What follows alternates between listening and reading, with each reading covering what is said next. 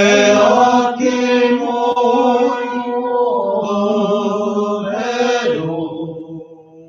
나 주님만 따라가리.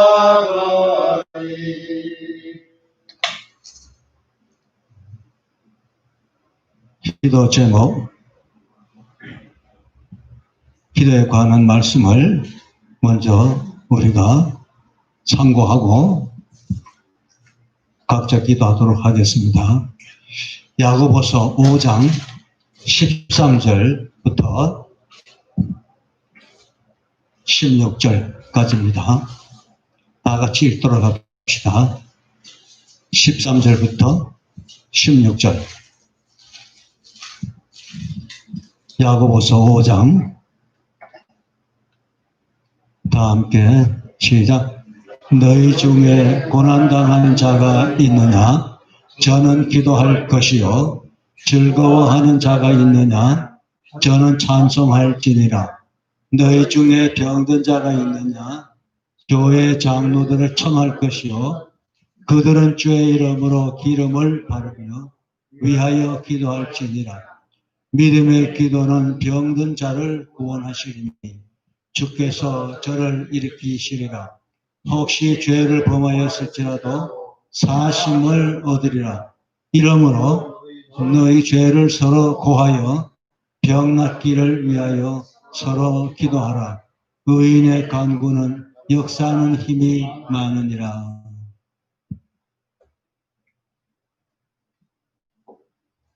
이 말씀 가운데는 우리가 기도의 중요성을 말씀해 주고 있습니다. 너희 중에 고난 받는 자가 있느냐? 기도는 고난 당했을 때 가장 쉽게 우리가 들을 수 있는 내용입니다. 기도죠. 또 그러면 고난 당하는 것이 없으면 기도 필요가 별로 없겠죠. 그래서 고난 당한 자가 있느냐? 저는 기도할 것이요. 즐거워하는 자가 있느냐? 저는 찬송할지니라. 우리가 주님 앞에 닥친 고난을 도움받기 위해서 기도할 때가 있느냐 하면은 또 주님이 주신 은혜에 대하여 또 감사하는 뜻으로 찬송할 때가 있음을 말씀하고 있습니다. 우리가 그렇게 하고 있죠. 고난당한 일이 우리는 여러 가지 많죠. 오늘날 우리의 기도 중에 크게 제목은 하나는 코로나 폐렴으로 인해서 전국이 진통을 하고 있습니다. 이 고난은 피하는 사람이 한 사람도 없죠. 온 백성이, 모든 성도들이 다 고난을 당하고 있습니다. 그렇다면 다 기도해야죠. 안 믿는 사람은 기도할 수가 없습니다. 할 줄도 모르죠. 우리는 늘 기도에 단련되고 있지만은 욥기서처럼 고난이 없으면은 기도할 이유가 없기 때문에 우리는 기도가 없습니다. 그래서 오늘날 우리가 코로나 문제도 기도 제목이죠. 또 한 가지 뭡니까? 병든 자가 있느냐? 14절에 너희 중에 병든 자가 있느냐? 많죠. 어린아이부터 할아버지, 할머니 이르기까지 질병 없는 사람이 거의 없습니다. 그러니까 이걸 볼 때 우리에게 기도하는 생활 습관을 하나님이 가르치시기 위해서 고난을 주신다고 봐야 되고 또 질병도 그렇게 해서 주신다고 봐야죠. 먼저는 우리 코로나 전염을 위해서 기도할 뿐만 아니라 우리 중에 고통하시는 질병 가운데 계신 분들을 위해서 기도할 것을 여기서 말씀하셨습니다. 장로들을 청할 것이요. 옛날 성도들은 병이 들면은 혼자 자기 힘으로 기도하는 것으로 족하지 않고 하나님이 세우신 장로들을 청하여 기도하라고 하셨고, 그 당시에는 약으로는 거의 올리브로 많이 사용했습니다. 그래서 올리브 기름으로 상처에 바르고 기도했기 때문에 여기 기름이 있습니다만은, 우리는 그러한 기름칠한 그 약효를 위하여 연약한 올리브 기름을 사용하는 것보다 온갖 약이 다 있죠. 그러나 이상하게도 코로나에는 백약이 무효라는 말이 있습니다. 이 정말 우리가 기도 안 하면 안 될 때죠. 기도하라고 말씀하셨습니다. 왜? 믿음의 기도는 병든 자를 구원하리니 주께서 저를 일으키시리라. 믿음으로 기도할 때 주님은 들으신다는 겁니다. 이런 소망이 없으면 우리는 세상 사람들처럼 가슴 치고 괴로워하죠. 암 있는 사람들은 정말 정신분열증까지, 우울증까지 일어나고 있다는 말을 듣습니다. 말 한마디 잘못하면 그냥 와르륵 덤비고 신발을 던지고 그냥 주먹질하고, 오늘 또 그런 소식을 들었죠. 본심이 아니죠. 제가 볼 때는 저 사람이 우울증이 걸렸구나.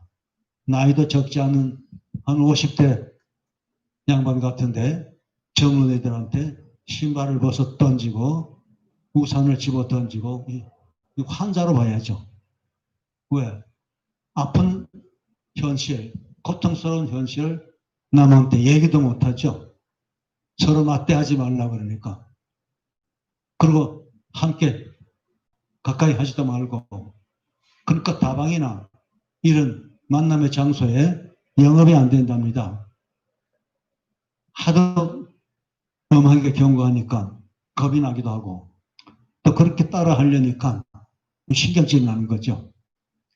우리에게는 좋은 처방이죠. 내려다보시는 하나님 아버지께 기도하라고 그랬어요. 우리 성도들에게는 또 내 기도만 신뢰할 수 없죠. 기도할 줄 모르는 분도 있고, 연약한 성도들인 또한 장로 형제들을 모셔다가 기도하라고 그랬습니다. 약이 있으면 약을 복용하기도 하고 기도하라고 하셨습니다. 의사는 그렇게 말하더군요. 우리가 주사 놓고 치료하지만은 우리가 고치는 건 아닙니다 그러더라고요. 그리스도인이 아닌데도 사람의 인체는 너무 신비하기 때문에 의사가 고치는 것 같아도 의사가 고치는 것이 아니라 거기에 대해서 연구해서 처방을 해주지만은 낫게 하는 것은 하나의 기적입니다.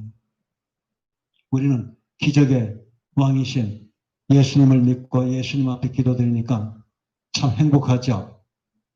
고통스럽더라도 참으면서 그런 가운데도 우리는 하나님의 구속의 은혜를 감사 찬송하면서 기도할 것을 여기서 말씀해 주고 있습니다. 17절에는 엘리야는 우리와 같은 사람인데 우리와 성정이 같은 사람이로되 제가 비 오지 않기를 간절히 기도한 적 3년 6개월 동안 땅에 비가 오지 아니하였고, 다시 기도한 적 하늘이 비를 주고 땅이 열매를 내었느니라. 형제들아, 이 기도의 필요성에 대해서 말씀하셨죠. 그 다음에 우리가 또한 디모데 전서에 보면 2장에 기도 대상인 세상 사람들을 두고도 정부를 두고도 가르쳐 주셨습니다. 하나님의 교훈은 참 세심하죠. 안 믿는 사람 생각할 때 예수님 믿는 사람이나 기도하지 안 믿는 사람이 무슨 필요하냐. 사람은 모릅니다. 하나님은 행정의 머리라고 그러셨습니다. 정치의 왕들의 머리라고 그러셨어요. 그래서 우리가 기도할 것은 2장 6절에 그러므로 각처에서 남자들이 분노와 다툼이 없이 거룩한 손을 들어 기도하기를 원하노라. 옛날 유대인들의 기도 습관은 손을 들고 기도했답니다. 또 기도 손을 들고 해도 되지만 우리의 표본은 누굽니까? 사도 선지자들이 가르쳐준 대로 따라하고 있죠. 그 사도들이 가르쳐준 것은 꼭 손을 들고 기도하라고 가르치지는 않았습니다. 이와 같이 거룩한 손을 들으라는 것은 거룩이 왜 따릅니까? 거룩? 하나님은 거룩하니 너희도 거룩하라. 베드로전서에 기록된 말 주제죠. 왜 거룩한 손을 거룩히 하라고 그랬습니까? 시편에 보면 하나님의 산에 오를 자가 누구냐? 손이 깨끗하고 마음이 청결한 자라고 그랬습니다. 이 손이란 것은 우리의 손만을 말하는 것이 아니라 기도하기 위하여 손을 들었기 때문에 그 손을 가급적이면 그렇게 보존하는 것을 우리에게 말씀하고 있죠. 저는 오늘 아침에 식사 기도할 때 주님 오늘 주제는 죄 짓지 않게 해주십시오 하는 기도를 드립니다. 죄 안 짓는 날이 없죠. 말로 죄 짓죠. 또 손으로도 죄를 지을 수 있어요. 부정한 것을 만진다든지 생각으로도 죄를 짓고 입술로도 죄를 짓고 손과 발로도 죄를 짓습니다. 가서 안 될 곳에 함부로 다니면 그것도 죄죠. 그래서 우리는 거룩하신 우리 하나님을 본받는 믿음의 식구들이기 때문에 항상 우리의 거룩한 손을 들어 기도할 때마다 손 들고 했기 때문입니다. 그 손을 거룩히 하기 위해서 깨끗하게 하라고 그랬어요. 기도하기를 원하노라. 또 이와 같이 여자들도 아담한 옷을 입으며 참 이번에 교훈이 좋은 것 같습니다. 코로나 폐렴이 나쁘게 보면 신경질 나는데 성경 말씀 보니까 주님 감사합니다 하고 싶어요. 우리의 몸이 내 것이라 해가지고 아무렇게나 관리하죠. 옷을 좀 정숙하게 입고 직장 생활하거나 그렇게 하면은 한결 몸을 보호할 수 있는데 내 몸을 봐달라는 뜻이 얼마나 여자들이 여성을 사치를 하고 있습니까? 머리부터 발끝까지 남성들이 보면은 호감을 갖지 않을 수 없도록 그렇게 사치하고 있어요. 우리가 구약에 보면은 왕들이 여자들을 탐하고 젖을 만지며 이런 자에 대한 진노가 있습니다. 무서운 진노가 있습니다. 그런데 우리가 이렇게 고통하는 이유가 그것도 들어갑니다. 성적 문란 행위, 청와대부터 각계각층에 시장도 죄를 범하고 국회의원도 죄를 범하고 정말 부끄러울 정도죠. 동방예의지국이라고 그랬는데 불법에는 남녀가 차별이 없어요. 하나님께서 보시기에 소망이 없을 때 내리시는 것이 이와 같은 국제적인 세계적인 연병입니다. 하나의 연병이죠. 또 세계적인 기근, 또 성경에 있는 말씀처럼 나라와 나라, 민족이 일어나서 전쟁을 일으키리라. 그래도 결국은 깨닫지 못하기 때문에 불의 심판을 경고하셨죠. 베드로후서 3장에 하나님은 최후의 인류를 불로 심판하시기 위하여 지구에 불을 보존해 두셨다고 그랬습니다. 지하에는 불이 있죠.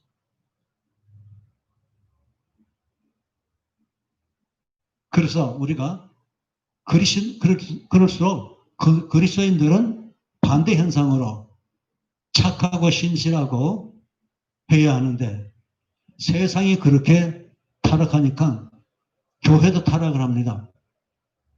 솔직한 말씀으로 우리가 평소에 예배 드리는 모습을 세상 사람들에게 알리면은 많은 그리스도인이라는 사람들은 우리를 손가락질할 겁니다.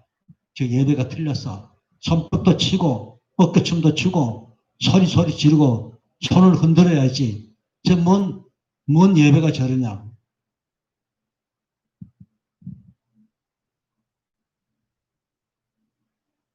양반이 손을 들고 춤을 추고 소리를 지르고 하면 옛날에 그 소리는 아무도 들어주지를 않았어요. 그렇게 춤추는 여자도 없었고 그렇게 노래 부르는 여자도 없었습니다. 왜 그렇죠? 양반 문화는 항상 경건을 추구했기 때문이죠. 인간은 만물 중에 가장 우뜸이 되는 영장이기 때문에 동물처럼 행동해서는 안 된다는 겁니다. 동물은 본능이 느끼는 대로, 눈에 보는 대로, 듣는 대로 행동하는 것이 동물이죠. 사람은 체면을 유지해야 되죠. 체면과 염치를 잃어서는 안 되죠. 그래서 옷을 입는데 옷을 그렇게 방탕하게 입어도 되겠어요? 돈 있다고 해서 비싸고 방자한 옷을 입어도 되겠습니까? 여자들이 유행을 타기 때문에 여기 보면 남자는 말하지 않고 여자들도 아담한 옷을 입으며 염치와 정절, 염치는 뭡니까? 부끄러워할 줄 알아야 하는 것을 말하죠. 그 다음에 정절, 고든 마음, 고든 절개는 여인들에게 특징으로 가르쳐 왔죠. 우리나라 조상들이. 그리고 여성들의 유일한 태도는 정절입니다. 정숙과 정절. 자기를 단장하고 따은 머리와 금이나 있다고 해서 황금 보석으로 몸에 두름으로 가난한 사람들이 피곤하도록 하나님의 교회는 그렇게 하면 안 되죠. 세상은 그렇더라도. 그러나 오늘 세상 교회가 돈이 많으니까 사치와 허랑방탕은 세상 사람 앞서가는 사람도 없지 않아 있습니다. 우리가 가난하면 가난한 대로 있으면 더 있으면 있는 대로 우리가 단정하고 정결하게 깔끔하게 몸가짐을 하고 2차제 우리가 주님 앞에 이것을 돌이키지 않으면 소망이 없어요. 이제 집에서 그런 얘기를 합니다. 아이들 보고.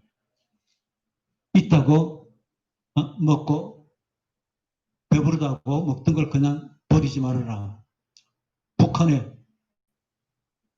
지극히 가난한 사정을 우리가 소문만 듣는데 이때 우리가 전략하고 해서 정치만 잘하는 것이 아니라 경제 실적도 올려서 높여서 세계 앞서가는 경제력을 가지고 우리가 누구를 도와주겠느냐. 우리 형제여 부모인 북쪽에 있는 동포를 우리가 도와야 되죠.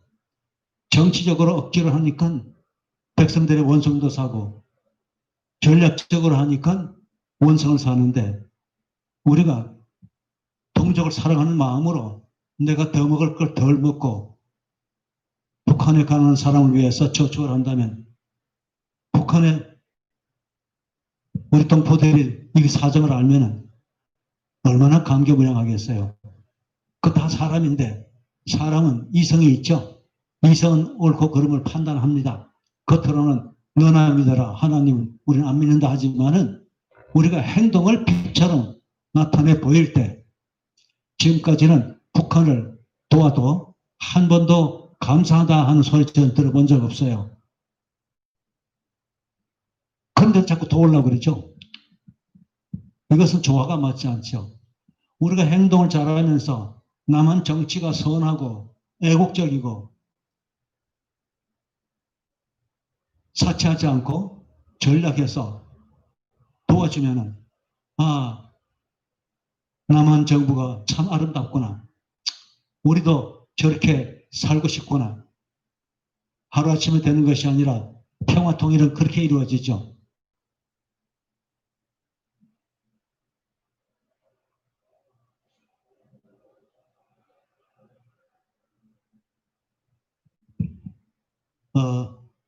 또 딴 곳이 있는데 말씀이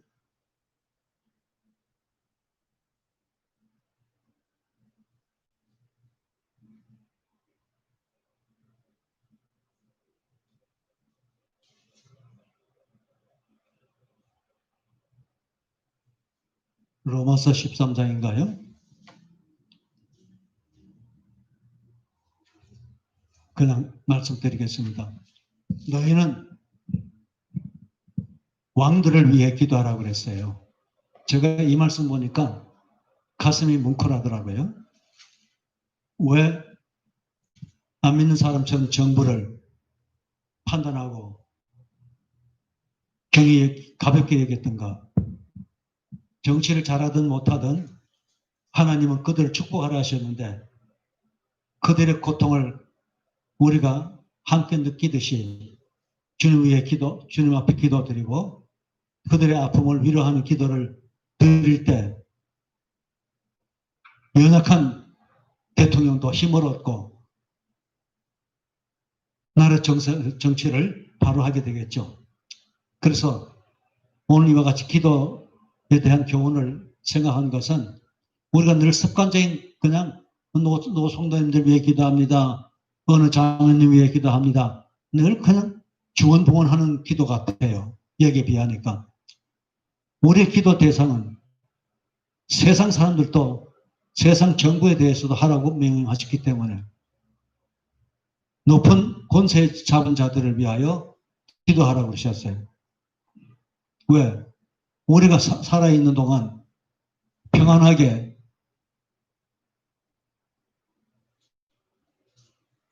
삶을 위할 뿐만 아니라 또한 높은 위치에 있는 사람들도 믿고 구원 얻도록 하기 위하여 우리의 착한 행동을 보이며 우리 입술로 안 믿는 사람을 축복하라는 겁니다.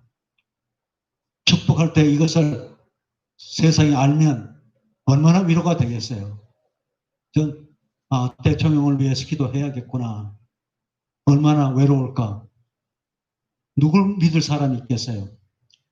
우리가 믿는 하나님을 그분도 대통령께서도 믿고 우리처럼 하나님 의지하면서 평안히 살 수 있는 분들이나 국회의원들이나 다 우리가 믿는 믿음을 소유하고 복받기 위해서 오늘 그들도 위해서 기도해야 된다고 봅니다.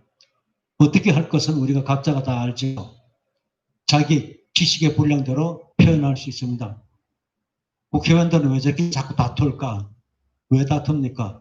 나라 백성을 잘 살게 하기 위해서 다투는데 뜻이 자꾸 안 맞아요. 우리 하나님을 믿고 주님의 교훈을 받으면 해결될 말씀이 성경에 있습니다. 빌립보서 2장에 보면 너희는 이 마음을 품으라. 곧 예수 그리스도의 마음이니. 우리는 뜻이 다 각각입니다. 생각도 각각이에요. 그럼 우리 주님의 마음을 본받으면 하나가 되어버리죠. 그래서 그분들을 위해서 축복하고 그분들에게도 구원받도록 해주시옵소서. 그러고 나면 세상은 확 변합니다. 미국이 처음에 역사가 시작할 때가 지금 300년도 안 되죠. 그런데 100년이 지나자마자 세상에 알리기 시작했습니다.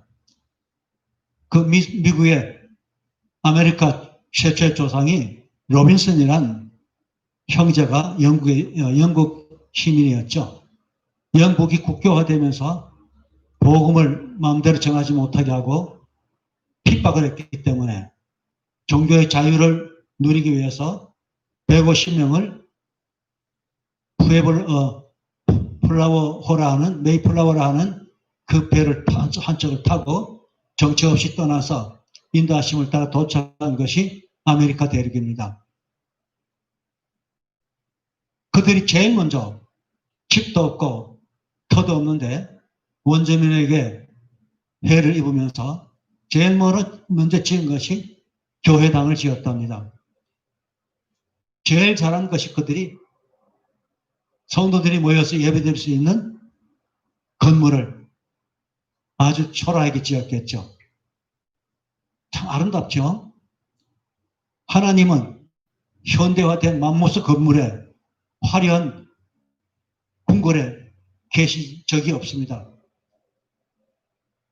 이스라엘 민족은 고대 이스라엘 조상들이 황금집을 지어서 하나님을 섬기려고 할 때 하나님께서는 솔로몬에게 그렇게 말씀하시죠. 나는 사람이 손으로 지은 그런 거창한 집을 좋아하는 것이 아니다 그러셨습니다. 그래서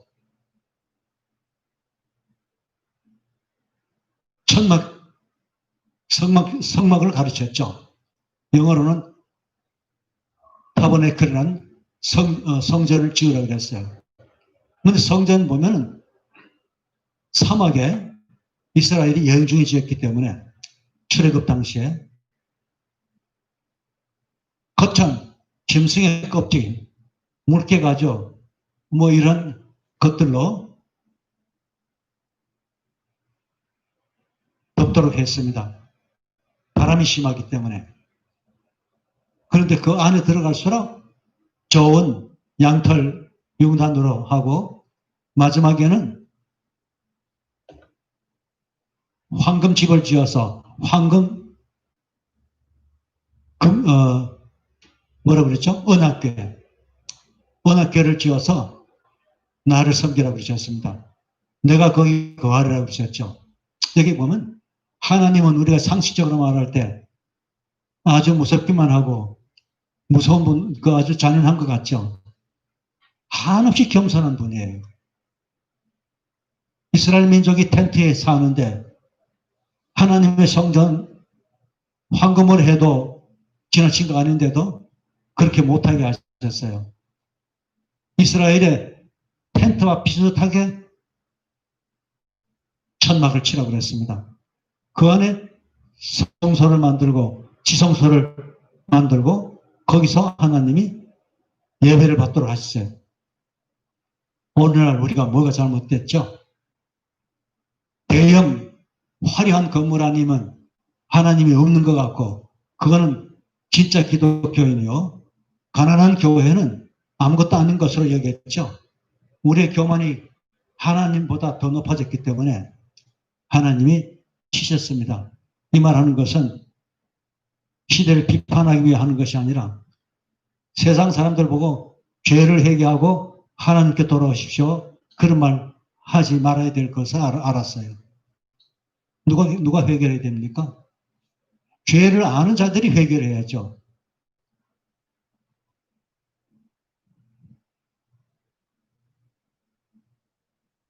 섹스 스캔들, 성범죄는 하나님이 가장 미워하시죠. 다윗 왕도 섹스 스캔들로 인해서 다윗이 죽을 뻔했고 왕자가 난을 일으켜서 밤중에 맨발로 머리 풀고 기드론 시내를 주랭랑을 울면서 도피했습니다. 그런 다윗에게 특징은 그런 못된 죄를 짓고 내가 뭐가 잘못해서 한마디 변명하지 않았어요. 나단 선지자가 지적했을 때 무릎을 꿇고 주여 제가 죄를 범했습니다. 용서해 주십시오. 선지자가 뭐라 그랬어요? 하나님이 벌써 용서했습니다. 다윗이 무릎 꿇을 자세가 이미 있었기 때문에 하나님은 죄를 용서해 주셨다고 했어요. 그러나 왕의 범죄로 인해서 왕자들이 난을 일으키고 서로가 죽이고 왕자가 왕위를 찬탈할 것을 예언하셨어요. 그대로 이루어졌죠. 그러나 그 왕자는 압살롬은 나중에 아버지를 대적하고 아버지를 죽이려고 추적하다가 찢어진 가지에 머리채가 걸려서 죽었죠. 불효자는 망하게 돼 있죠. 그래서 하나님의 섭리를 보면은 앞에 인도하는 자는 거룩해야 된다는 것이 명령입니다. 디도서 1장에 보면 앞선 자는 본을 지켜라 그랬어요. 교회 지도자가 섹스 스캔들을 범하고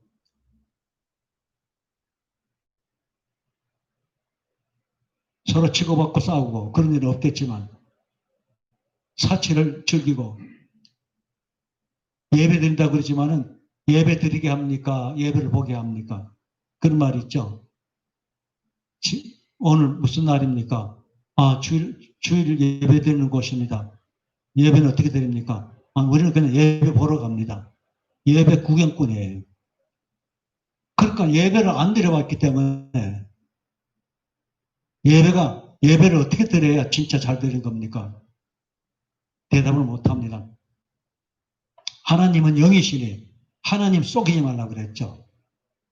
요한복음 4장에 하나님은 영이시니 신령으로 영으로 하나님께 예배를 드려라. 거짓말로 예배 드리지 말라는 겁니다. 꾸민 이야기로 성경보다 꾸민 이야기로 일관하면서 난 주일 예배 보고 왔다. 우리 교회는 예배 드렸습니다.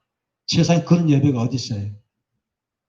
내가 주님 영접하고 깨달았지만 참 감사한 것은 내가 이제 예배를 드리는구나. 고린도전서 11장 23절 이하 말씀대로 예수님께서 예배를 분명히 가르쳐주고 가셨어요. 신령과 진정으로 예배를 드리라 하시고 고린도전서에서는 11장에서는 이렇게 예배하라. 어떻게? 식사하신 후에 떡을 가지사 제자들에게 나누어 주시며 받아 먹으라 하시고 이 떡은 너희를 위하는 내 몸이라 그러셨죠. 주님은 떡처럼 십자가에서 창에 찔리고 칼에 찔리고 못에 찔려서 죽으셨습니다. 그래서 예수님은 떡과 같다는 것이 요한복음 6장에서 떡에 대한 말씀을 일관하고 있죠. 나를 먹는 자는 영생을 얻었고 그래서 예수님을 믿는다는 것은 예수님을 내가 소유했다는 것을 여실히 뜻을 담고 있습니다. 그래서 우리가 떡을 떼며 잔을 마실 때마다 주님 기억하며 예배드리는 것은 이 지구상에 어디 가도 이런 예배 보기가 참 어려워요. 그렇기 때문에 일단 성경에 있는 오리지널 예배지만 겉으로 꾸민 예배에 전부 쏟고 있죠. 이번에 온라인 예배를 드리고 있습니다만은 그것은 참 갑갑하죠.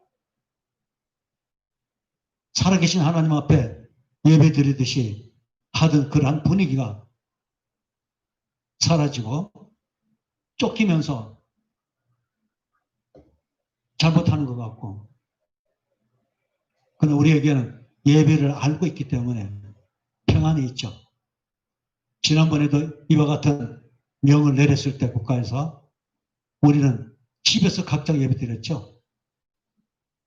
제가 집에서 가족끼리 예배 드리십시오 한 말씀도 안 했는데 나중에 연락이 오기를 우린 주일날 집에서 예배 드렸습니다. 보세요. 지금 온라인을 통해서 보고 있지만 그때는 각자가 예배를 드리면서 스마트폰을 통해서 보세요 하고 보내오더라고요. 찬송하고 기도하고 떡을 떼고 했다고. 예배 안 드린 사람은 소수였어요.